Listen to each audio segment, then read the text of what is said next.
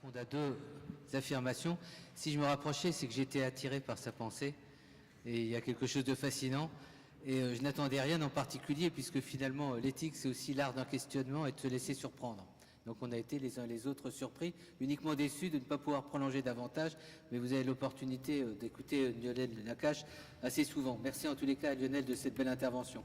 On va remettre le premier prix, c'est Didier Sicard, compagnon de route, j'ai le plaisir de dire, puisque vous savez qu'on a fondé l'espace éthique alors avec Alain Cordier et Didier Sicard de concert, donc j'ai toujours du plaisir à ce qu'il soit associé à nos démarches, et c'est le prix éthique et recherche. Alors dans un instant, tu vas nous dire quelle est la récipiendaire ou le récipiendaire, mais juste je voulais citer le nom des personnes qui étaient dans notre sélection.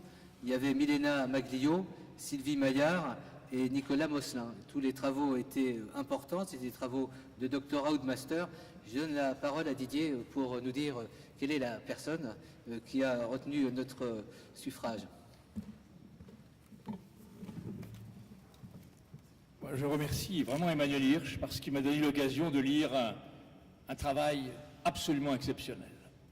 Probablement un des meilleurs que j'ai jamais lu dans ma vie, déjà longue.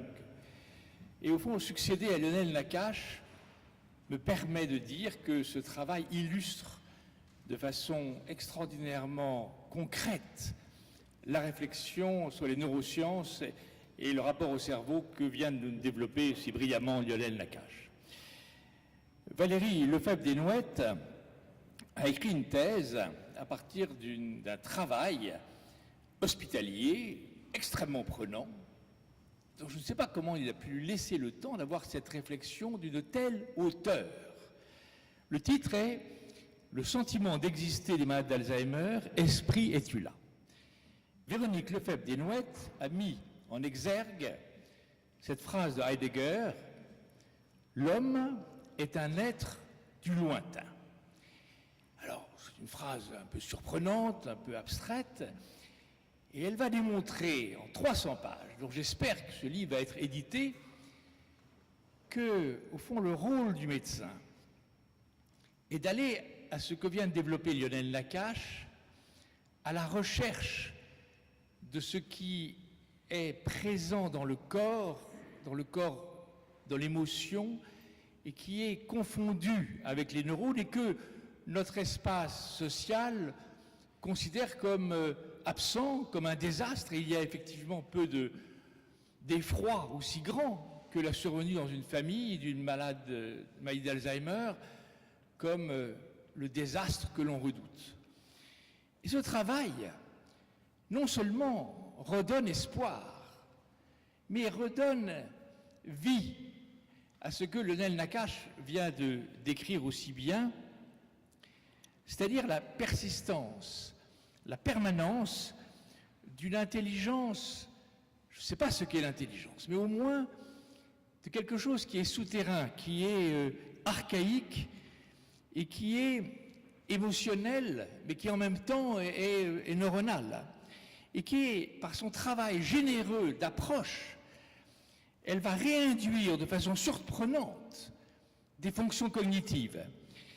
Elle va dépasser l'apparence d'une destruction totale que, dans l'espace social, on a coutume à reconnaître, pour saisir à la volée un trait poétique, un mot d'esprit, une hallucination dormante. Elle va réveiller par les 5 sens ce sentiment d'existence devenu apparemment absent. Et elle va découvrir que passer de l'état de zombie à l'état d'être humain va réveiller ontologiquement cet esprit ensommeillé. Elle va révéler l'esprit caché. Elle va être un pêcheur d'âme ensevelie qui redonne vie à l'être. Et elle va utiliser, parmi d'autres choses, le toucher et le dessin, qui va permettre de questionner le sentiment d'exister de ces malades d'Alzheimer, questionner l'être en lui-même et non tel qu'il apparaît. Et c'est là où, à mon avis, la force de cette thèse, c'est de dépasser les apparences et d'aller à la recherche de ce qui est apparemment caché au fond, de dépasser ce clivage que notre société a tendance à recouvrir d'un voile d'exclusion. Toucher du regard et de la main permet d'entrer sur la scène de l'être, mettre la main dans la matière humaine. Une éthique, et je trouve que le mot est étonnamment fort, une éthique des petites perceptions, pas les grands mots de l'éthique, pas les grands mots de dignité, l'éthique des petites perceptions, des bribes de rêves éveillés, de capacités endormies, partir à la recherche, presque au fond d'un chercheur de traces mnésiques, de traces de perles de langage. Et le message peut-être le plus fort que j'aurais envie d'utiliser désormais pour la réflexion éthique, c'est faire un pas de côté, de ne pas être dans les autoroutes de l'éthique, mais faire un pas de côté éthique qui révèle la richesse de pouvoir se tenir aux confins, de se tenir aux marges, pour se tenir en ouverture, comme si, au fond, il fallait être aux marges pour être proche de l'autre.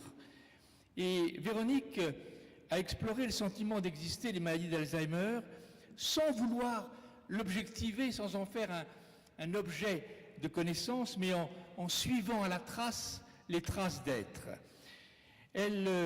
Esprit es-tu là, demande-t-elle, percevoir alors la réalité sous sa forme pointilliste, poétique, sans surmoi, comme les enfants quelquefois ont des phrases d'une force et d'une liberté étonnante avant d'être quelquefois censurés par l'espace social.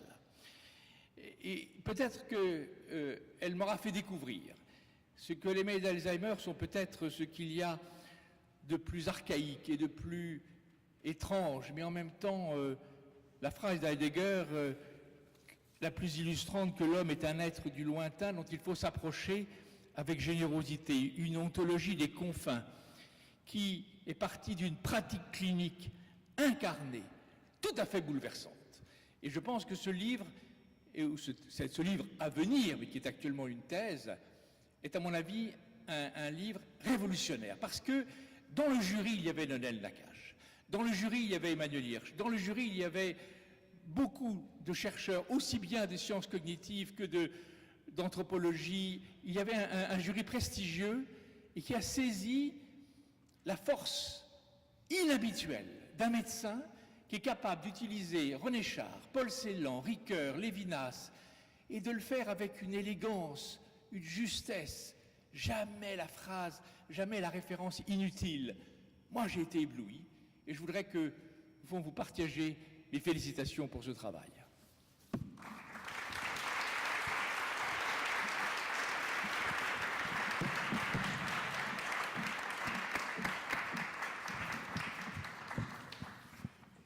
J'ai les larmes aux yeux, bien sûr. J'ai envie de vous embrasser, mais j'ose pas. J'ai un chapeau lié à une intervention qui m'oblige à porter actuellement un petit chapeau. Bon, je vous embrasse de loin, alors. Merci, monsieur le professeur Sicard, de vos mots, de ce bonheur et de cet honneur que vous me faites en m'attribuant ce prix. C'est un honneur, car mon travail rejoint ainsi un peu celui de ceux qui font avancer la réflexion éthique quand il s'agit d'étudier les confins de l'humain vulnérable. Et c'est un bonheur de porter la parole des malades d'Alzheimer et de leurs familles et des soignants qui jusqu'au bout les accompagnent dans cet interstice de l'humain qui offre, comme le dit Ricoeur, le murmure partagé des voix ou l'étreinte débile des mains qui se serrent.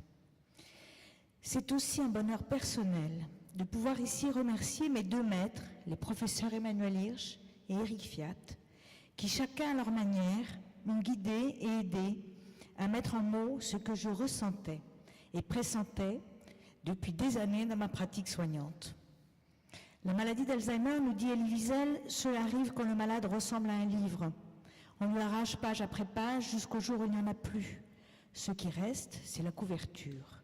Ce mal est plus qu'une maladie, c'est une malédiction. Plus que quiconque, ses victimes sans qu'elles le sachent peut-être, ont besoin d'amitié, d'amour et de moins d'un peu de chaleur humaine.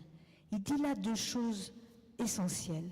Le tragique de cette maladie, la violence de la perte inexorable où chaque page d'une vie est arrachée, mais aussi le besoin d'amour et de chaleur humaine. Mais non, il ne reste pas que la couverture du livre d'une vie altérée par la maladie d'Alzheimer. Car au cœur du soin, le réel résiste. Et loin de faire le constat désolant et désespérant d'une néantisation de mes patients atteints de la maladie d'Alzheimer, c'est au contraire à des personnes, avec leur vie, dignes d'être entendues et écoutées, que je m'adresse. Alors, vous l'avez dit, comment objectiver sans objectaliser? Comment dire ce je ne sais quoi, ce presque rien de l'altérité? Comment faire savoir que ces démences, c'est-à-dire privés d'esprit au sens littéral du terme, ne sont pas des fous ou réductibles à leur démence cognitive? Comment faire sentir le souffle de l'esprit?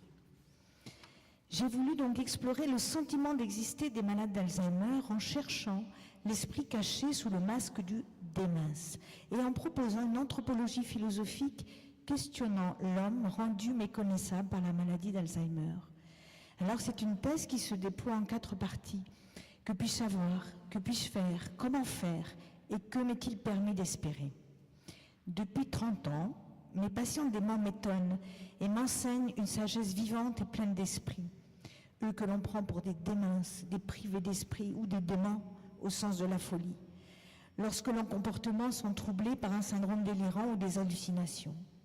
Et ce que je vois et entends m'impose aujourd'hui de transmettre, d'être le porte-voix de ces voix quand j'entends Madeleine, 88 ans, démente sévère, murmurer « S'il vous plaît, donnez-moi des mots pour combler mes trous. » Vos trous? Oui, là, dans ma mémoire. Alors, que puis-je savoir? Dans le fond, très peu de choses, à part que je sais que je ne sais rien. Alors, que puis-je faire et comment faire? Eh bien, s'appairer à oser savoir, aller à la rencontre de l'autre, malgré les cris, malgré l'apathie, malgré les troubles du comportement productif.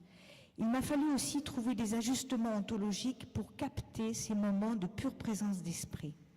Car dans le monde d'Alzheimer, il faut être à la fois touché dans son cœur, voir avec les yeux du cœur, pour tenter d'avoir une intelligence du cœur. Mais il faut aussi déchiffrer ce visage muet, le défroisser comme une lettre pliée, dont certains mots ont été effacés par le temps et les larmes, pour donner une cohérence discursive et retisser par l'essence du sens. Si l'esprit des patients atteints d'Alzheimer ne se manifeste pas immédiatement, c'est qu'il faut trouver la voie de l'âme sensitive d'Aristote, celle des émotions, et partir des 5 sens. La vue et le regard, le goût des autres, le toucher du cœur et de ses mains diaphanes, l'odeur des parfums d'enfance. Comment faire? La maladie d'Alzheimer impose de se décaler, de faire ce pas de côté, de convoquer d'autres formes de praxis et peut-être de poésis pour révéler les capacités et l'esprit des malades qui en sont atteints. Elle oblige à ouvrir le champ des possibles. Alors j'ai proposé quelques médiations, le bricolage engagé, la poésie, le dessin de soi. La poésie nous met en face de notre conscience d'être et nous embarque sur des chemins à la fois inconnus et profondément connus, ceux des émotions partagées, de la vie, de la mort, de l'amour, de ce qui fait que nous sommes à la fois pleinement humains et aux frontières de l'humain. D'un spirituel l'autre, pour traquer chez ces patients dits déments le jaillissement d'esprit, j'ai fait appel à ce qu'il y a de spirituel dans leur réplique, à l'humour, au mot d'esprit que j'ai glané et recueilli en bricolant avec eux. L'humour nous rappelle que la situation est désespérée mais pas grave. En prévision de mon Alzheimer, j'ai pris une femme et une maîtresse qui avaient le même prénom. Comme ça, je suis tranquille, me dit Robert, 92 ans, dément sévère. C'est dans ce tissage imparfait, dans ce travail d'équilibriste qui interroge les lisières et l'altérité, j'ai proposé le concept d'ontologie des confins. Parce que chez le patient souffrant d'Alzheimer, tout est confus, vague, morcelé, vécu ou dit par bribes, parce que sa mémoire est aussi trouée de blanc, que son esprit s'exprime par fragments. Pour toutes ces raisons, je suis amenée à inventer de nouvelles approches soignantes, en écoutant toutes ces petites perceptions inconscientes dont Leibniz nous dit que ce sont elles qui forment ce je ne sais quoi, ces goûts, ces images des qualités des sens, claires en leur assemblage, mais confuses dans les parties. C'est par l'écoute de ces petites perceptions que l'esprit de mes patients s'est révélé. Et c'est ainsi que j'ai pu retisser du sens, tricoter de l'être et de l'être au monde et proposer une éthique des petites perceptions. L'homme, même dément, parle et se parle, rêve et cauchemarde, réagit, écrit, se dessine et s'exprime même de façon répétitive ou par lambeaux, en pointilliste du chaos, mais n'est jamais privé d'esprit. Alors, pour finir, que m'est-il permis d'espérer? Avoir été un médium suffisamment bon pour faire jaillir l'esprit des démences. Je vous remercie.